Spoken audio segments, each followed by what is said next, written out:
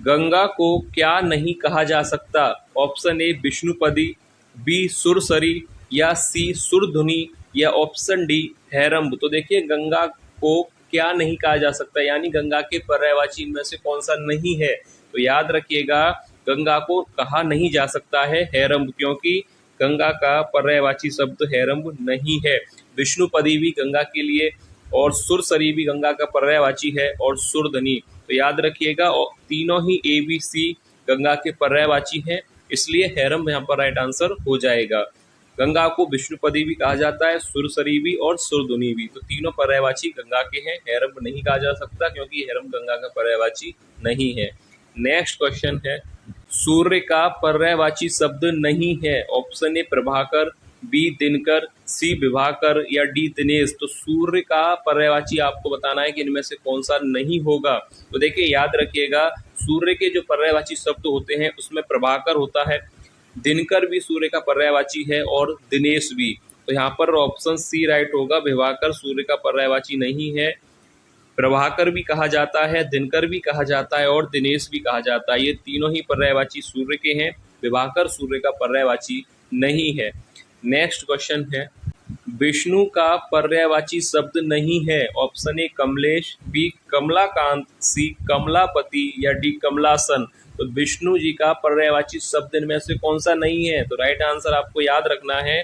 तो देखिए कमलेश, कमलाकांत और कमलापति ये तीनों ही पर्यायवाची शब्द होते हैं विष्णु जी के। तो ऑप्शन डी यहाँ पर राइट आंसर होगा, कमलासन। कमलासन पर्यायवाची विष्णु जी का नहीं है, यह है ब्रह्मा जी का। तो यहाँ पर राइट आंसर होगा option D. A B C तीनों ही पर्यायवाची हैं और ऑप्शन डी यहाँ पर राइट आंसर इसलिए है क्योंकि कमलासन जो पर्यायवाची होता है वह होता है ब्रह्मा जी के लिए बोला जाता है। तो ऑप्शन डी इसलिए राइट आंसर होगा। नेक्स्ट क्वेश्चन है, किरण का पर्यायवाची शब्द नहीं है। ऑप्शन ए रश्मि, बी पुष्कर, सी मरीचि, या ऑप्शन डी दीप्ति। तो राइट आंसर क्या होगा? किरण का पर्यायवाची शब्द इनमें से कौन सा नहीं है? तो याद रखिएगा रश्मि, मरीचि और दीप्ति ये तीनों ही किरण के पर्यायवाची शब्द हैं। तो राइट आंसर होगा ऑप्शन बी पुष्कर। याद रखिएगा पुष्कर किरण का पर्यायवाची शब्द नहीं है। रश्मि, मरीचि और दीप्ति ये तीनों ही किरण के पर्यायवाची शब्द हैं। याद कर लीजिए, पूछा जाता है परीक्षा में प्रश्न कि बिजली का पर्यायवाची शब्द नहीं है।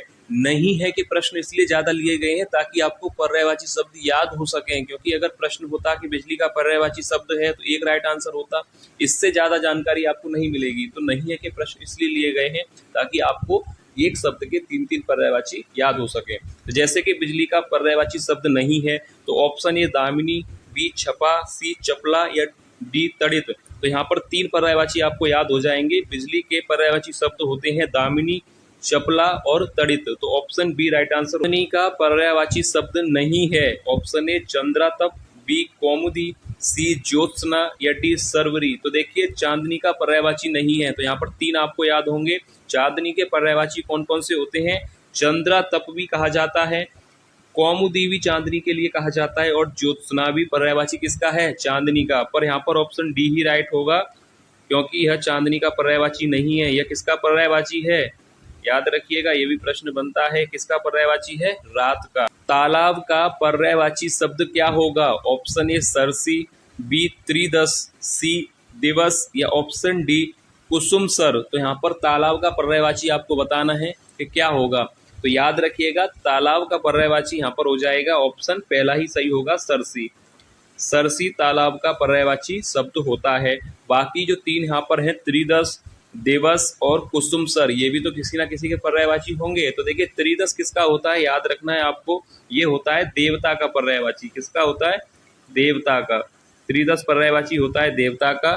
दिवस आपको पता होगा ये पर्यायवाची होता है दिन का। और तीसरा जो यहाँ पर है कुसुम सर, ये किसका पर्यायवाची होगा? तो याद रखिएगा कुसुम सर यहाँ पर पर्यायवाची हो जाएगा कामदेव का। किसका होगा? कामदेव का। तो साथ ही साथ याद करते चलिएगा, ये हो जाएगा कामदेव का। यहाँ पर याद रखना है आपको। सरसी किसका है? तालाब का। त्रिदश किसका है? देवता। दिवस किसका है? दिन का। कुसुम सर किसका है? कामदेव का। नेक्स्ट क्वेश्चन है,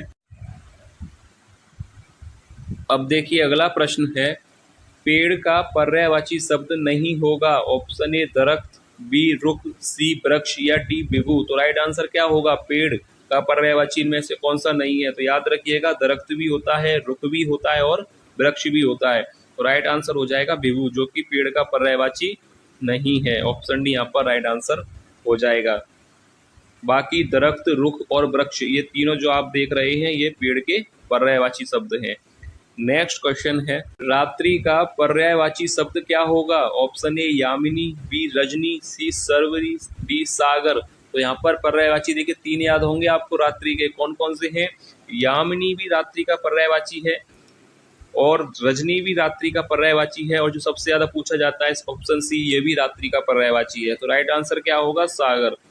सागर यहाँ पर राइट आंसर हो जाएगा, जो कि रात्रि का पर्यायवाची शब्द नहीं है। ऑप्शन डी राइट होगा, सागर। नेक्स्ट क्वेश्चन है, मेघ का पर्यायवाची शब्द नहीं है। ऑप्शन ए पयोद, बी बारिद, सी अंबर या डी अम्बुद।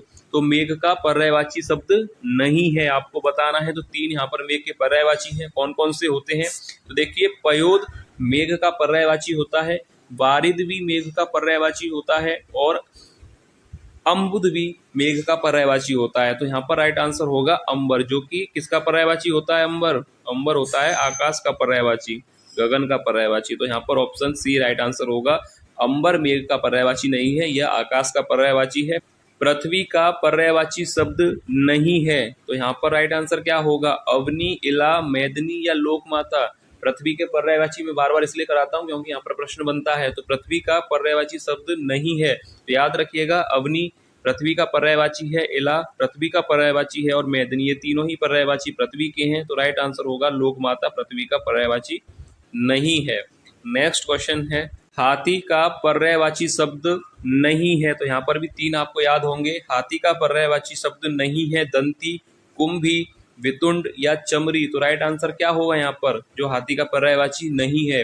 तो ऑप्शन डी यहाँ पर राइट होगा, चमरी, जो कि हाथी का पर्यायवाची नहीं है। बाकी 3 जो आप यहाँ पर देख रहे हैं, तीनों ही किसके पर्यायवाची हैं? हाथी के। याद रखिएगा, दंती भी कहा जाता है, कुंभी और वितुंड, ये तीनों हाथी के पर्यायवाची शब्द हैं। चमरी राइट आंसर हो जाएगा। नेक्स्ट क्वेश्चन है, सरिता का पर्यायवाची शब्द नहीं है। ऑप्शन ए तटनी, बी त्रिपदगा, सी निम्ना या ऑप्शन डी तरंगिणी। तो राइट आंसर क्या होगा? सरिता का पर्यायवाची इनमें से कौन सा नहीं है? तो राइट आंसर हो जाएगा ऑप्शन बी। ऑप्शन बी यहाँ पर राइट आंसर होगा। बाकी तटनी, निम्ना और तरंगिणी, ये याद रखिएगा, ये तीनों के 3 पर्यायवाची किसके हैं? सरिता के।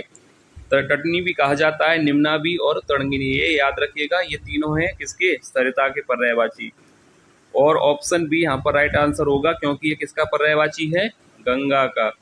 ये भी याद रखिएगा, ये प्रश्न पूछा जाता है तो याद रखिएगा, ये किसका होगा? गंगा का। बाकी 3 किसके हैं? सरिता के। नेक्स्ट क्वेश्चन है, पक्षी का पर्यायवाची शब्द नहीं है। ऑप्शन ए द्विज, बी प्राणेश, सी संकुत या डी पखेरु। तो राइट आंसर क्या होगा? पक्षी का पर्यायवाची शब्द नहीं है। तो यहाँ पर आपको 3 पर्यायवाची याद होने वाले हैं, कौन कौन से होते हैं पक्षी के पर्यायवाची? ऑप्शन पहला यहाँ पर द्विज, संकुत और पखेरु, ये याद रखिएगा, ये तीनों किसके पर्यायवाची हैं? द्विज भी पक्षी का होता है, संकुत और पखेरु। तो राइट आंसर हो जाएगा प्राणेश, जो कि पक्षी का पर्यायवाची शब्द नहीं है। ऑप्शन बी यहाँ पर राइट आंसर हो जाएगा। नेक्स्ट क्वेश्चन है, अग्नि को क्या नहीं कहा जा सकता? ऑप्शन ए वायु सखा, बी कृषाणु, सी दहन या ऑप्शन डी भानु। तो राइट आंसर क्या होगा? अग्नि को इनमें से क्या नहीं कहा जा सकता, यानी इनमें से अग्नि का पर्यायवाची कौन सा नहीं है? तो देखिए, वायु सखा अग्नि को कहा जा सकता है, कृषाणु भी अग्नि को कहा जा सकता है और दहन भी कहा जा सकता है, यानी ये तीनों ही पर्यायवाची किसके हैं? अग्नि के। याद रखिएगा। तो राइट आंसर यहाँ पर क्या होगा? Option D Bhanu. याद रखिए, भानु यहाँ पर राइट आंसर होगा, क्योंकि अग्नि को भानु नहीं कहा जा सकता। वायु सखा, कृषाणु और दहन कहा जा सकता है, क्योंकि तीनों का अर्थ एक ही होता है, अग्नि। तो राइट आंसर ऑप्शन डी होगा, भानु। तो ये था आज की क्लास का लास्ट प्रश्न। उम्मीद है आपको क्लास पसंद आई होगी। तो चलिए मिलेंगे नेक्स्ट क्लास में और महत्वपूर्ण प्रश्नों के साथ। तब तक के लिए धन्यवाद।